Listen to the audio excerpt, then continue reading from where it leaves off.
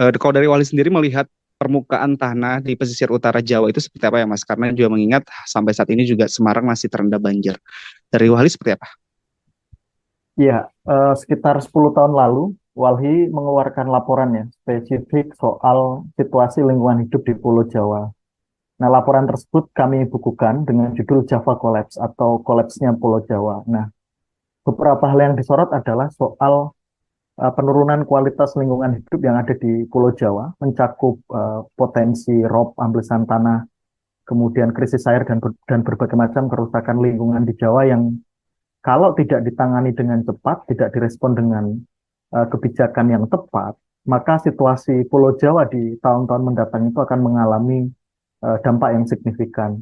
Nah, ternyata 10 tahun pasca laporan Java Collapse tersebut, situasi lingkungan hidup di Pulau Jawa tidak membaik, tapi justru semakin buruk. Nah, hasilnya adalah seperti yang sekarang dialami Pulau Jawa, terutama wilayah pesisir di bulan Desember Januari ini mengalami banjir rob di berbagai wilayah pantai utara Jawa, mulai dari Semarang, Demak, Kendal, Pekalongan sampai ke wilayah utara lain di provinsi tidak hanya di Jawa Tengah tapi juga di Jawa Barat dan Jakarta dan provinsi-provinsi lain yang memiliki wilayah di pantai utara Pulau Jawa.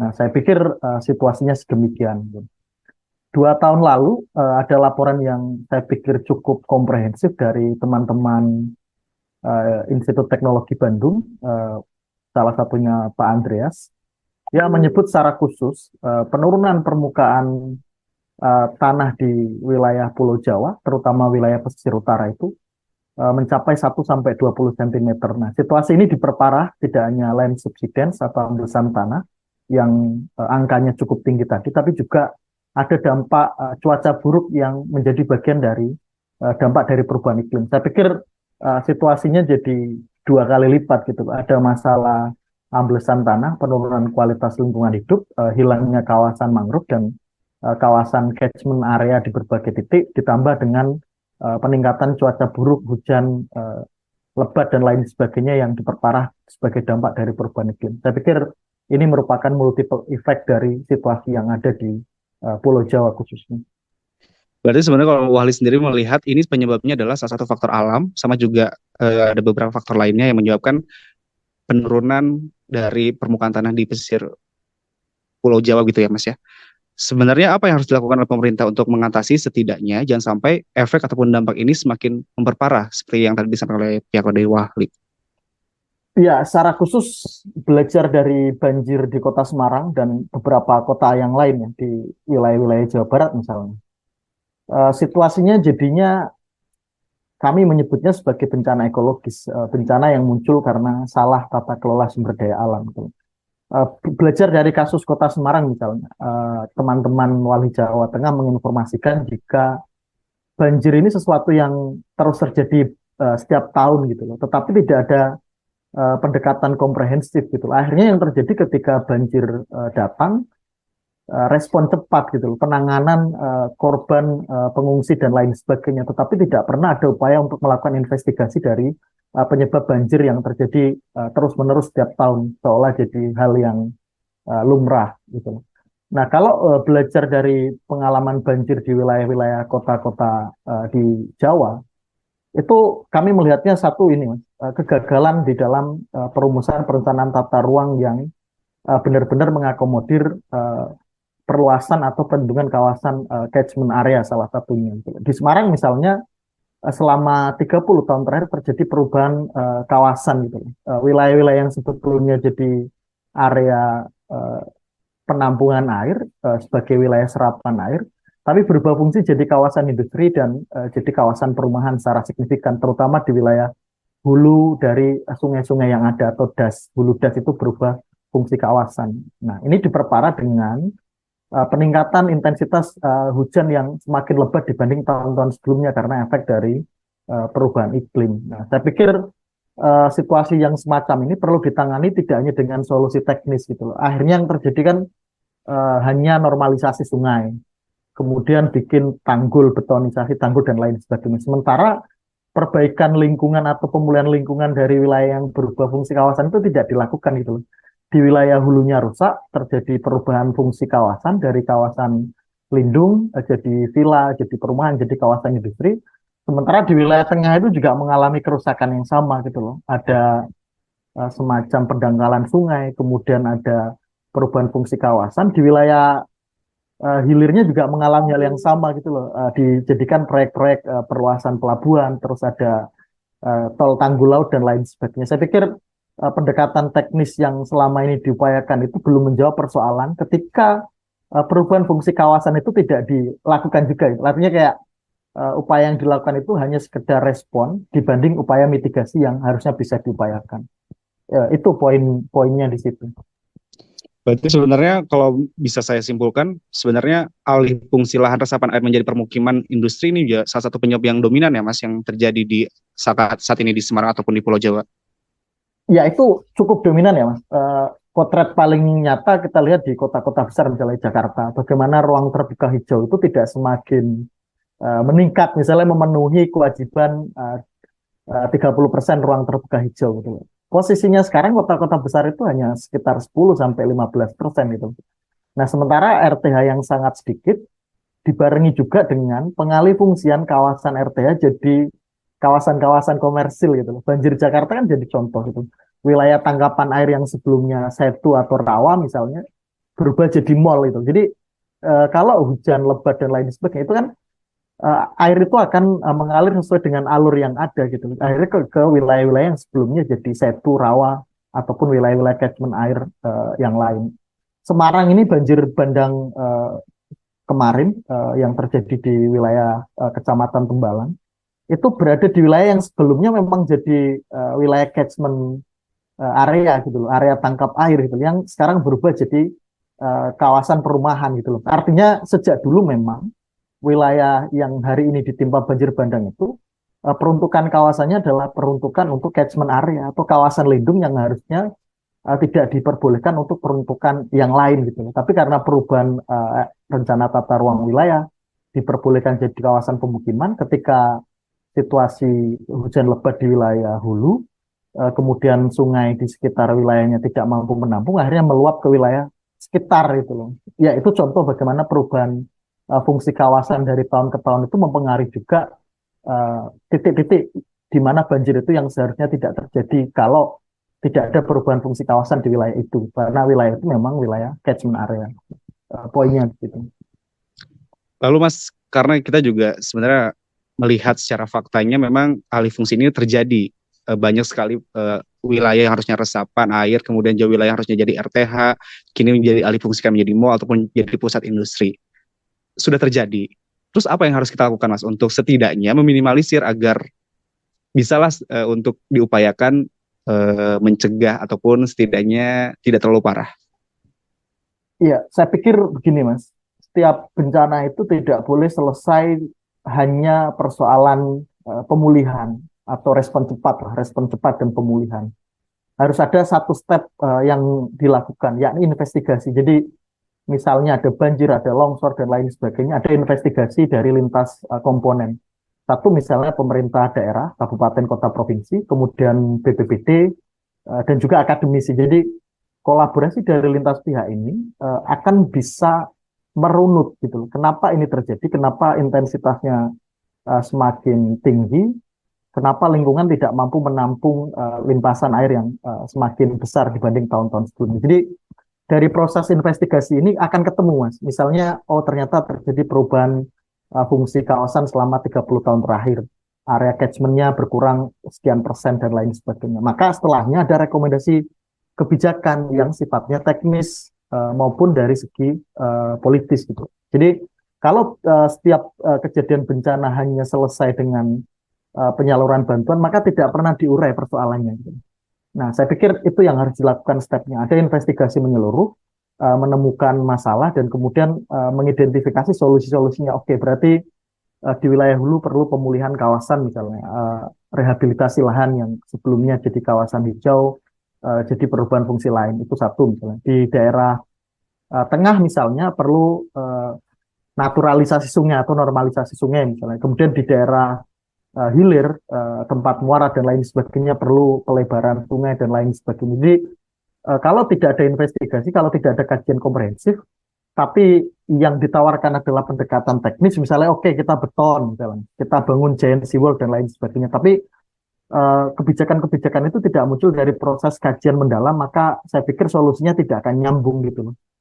Di beton dibikin eh, wilayah waduk buatan dan lain sebagainya, tapi bukan di lokasi yang menjadi wilayah alur air, jadi makanya tidak tepat gitu pembangunan eh, reservoir airnya di wilayah mana yang bukan jadi wilayah air di mana air itu berkumpul dan lain. Saya pikir solusi teknis itu akan tepat kalau dibarengi dengan proses investigasi dan kajian mendalam yang melibatkan pemerintah daerah, BPBD, dan akademisi. Jadi kolaborasi jadi penting. BPBD punya peta rawan bencana, itu sudah sangat komprehensif, bisa dikombinasikan dengan pendekatan-pendekatan misalnya ahli geologi, ahli hidrologi, kemudian ahli tata ruang, dan ahli ekonomi politik misalnya. Jadi akan komprehensif rekomendasi yang muncul pasca terjadinya bencana. Saya pikir begitu. Semisal nih Mas, investigasi tersebut, investigasi secara kolaborasi antara pemerintah, BPBD, kemudian juga pihak-pihak akademisi yang terkait, sampai saat ini ataupun kedepannya juga tidak akan dilakukan oleh pihak-pihak terkait. Apakah memang Pulau Jawa ini masih bisa terselamatkan untuk tahun-tahun ke depan atau seperti apa, Mas? Ya, saya tidak berani memberikan proyeksi ya bahwa kondisi Pulau Jawa ke depan akan semakin sering ditimpa kejadian bencana. Tapi kalau melihat tren kebencanaan selama 10 tahun terakhir, BNPB setiap tahun merilis data di DIBI, ya, data informasi bencana Indonesia. Memang tren kejadian bencana secara nasional itu mayoritas memang terjadi di Pulau Jawa. Jadi peringkat 5 besar itu hampir semua provinsi di Pulau Jawa, misalnya Jawa Timur, Jawa Tengah, Jawa Barat itu selalu menempati peringkat teratas provinsi dengan kejadian bencana tertinggi gitu loh. Nah, saya pikir situasinya memang mau tidak mau kita harus mengakui gitu loh. Krisis iklim semakin nyata dampaknya, tidak hanya rob di wilayah pesisir tapi juga peningkatan intensitas cuaca ekstrim.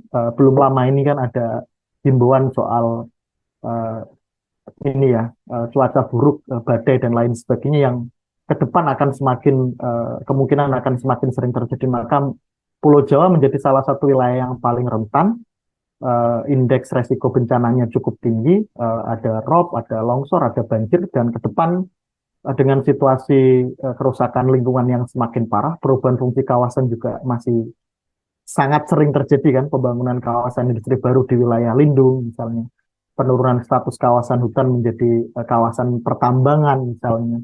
Itu ke depan mungkin Pulau Jawa akan semakin rentan gitu dengan peningkatan kejadian bencana.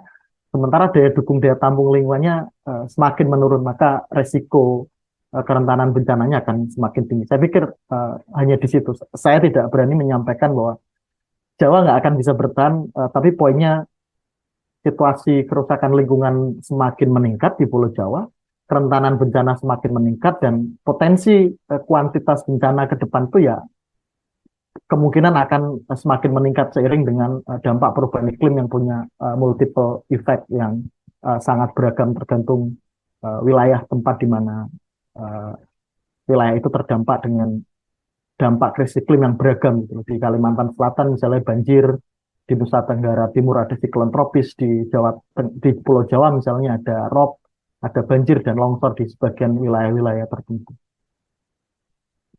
Baik, Mas. Berarti terakhir nih, Mas. Apa yang harus kita lakukan sebenarnya, Mas, untuk melihat kondisi yang tadi Mas bilang cuaca yang ekstrim terus akan terjadi sampai ke depan juga, kemudian juga iklim yang sudah tidak menentu dan sebagainya.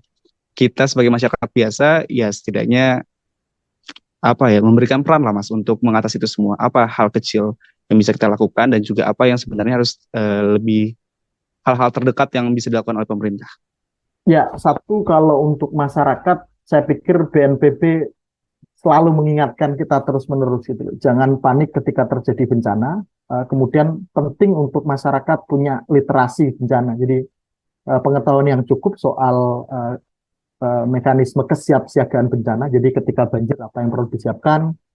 Kemudian selalu mengakses informasi dari lembaga-lembaga kredibel seperti BMKG misalnya, lewat aplikasi, lewat sosial media ada peringatan dini. Jadi kita bisa mengikuti mekanisme early warning system atau sistem peringatan dini bencana sehingga respon kita akan tepat, tidak panik, sudah persiapan ketika sewaktu-waktu akan terjadi bencana sehingga kita bisa mengantisipasinya, mempersiapkan diri, jalur evakuasi dan lain sebagainya. Itu sih literasi bencana jadi penting mengikuti informasi-informasi dari BNPB, dari BMKG juga jadi penting untuk menghindari kepanikan dan meningkatkan kesiapsiagaan terhadap bencana.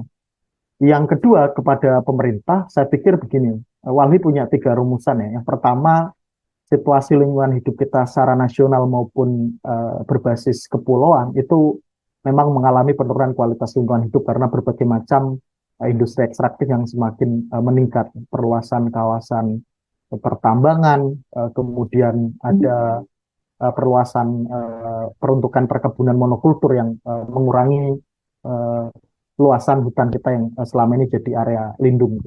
Kawasan ekosistem mangrove yang jadi benteng pertahanan dari rob, dari tsunami dan lain sebagainya juga mengalami degradasi yang cukup signifikan. Nah, poinnya ada 3. Yang pertama, menghentikan laju kerusakan melalui peninjauan berizin, melakukan penegakan hukum dari kejahatan lingkungan yang mengubah fungsi bentang alam dari ekosistem esensial, gambut, mangrove, dan lain sebagainya. Yang kedua, melakukan perlindungan. Jadi wilayah-wilayah existing, misalnya di sepanjang pesisir utara Pulau Jawa yang masih bertahan, kawasan mangrove-nya dijaga jangan sampai berubah fungsi kawasan jadi kawasan industri, pelabuhan, dan lain sebagainya. Yang ketiga adalah memulihkan yang rusak. Nah, saya pikir poin ini bisa dilakukan pemerintah, masyarakat maupun kelompok usaha. Ya. Jadi korporasi, pemerintah, dan masyarakat bisa bersinergi. Gitu. Apa yang rusak itu harusnya dipulihkan. Gitu. Wilayah yang sebelumnya adalah rawa setu, jika dimungkinkan dikembalikan fungsinya. Wilayah yang sebelumnya jadi zona parkir air misalnya dikembalikan. Wilayah das yang sebelumnya jadi peruntukan resapan air, jadi jalur luapan air, resapan air itu dikembalikan fungsinya. Saya pikir itu satu menghentikan kerusakan, yang kedua memulihkan yang rusak, yang ketiga melindungi wilayah ekosistem esensial yang masih tersisa. Poinnya saya pikir 3 itu jika dilakukan secara komprehensif di tingkat nasional oleh pemerintah pusat, pemerintah daerah, juga keterlibatan masyarakat, saya pikir potensi dampak dari bencana bisa dikurangi dan situasi lingkungan pelan-pelan bisa diperbaiki sehingga kembali ke dalam situasi yang ideal bagi masyarakat dan juga lingkungan hidup. Terima kasih banyak Mas Gofar atas penjelasannya.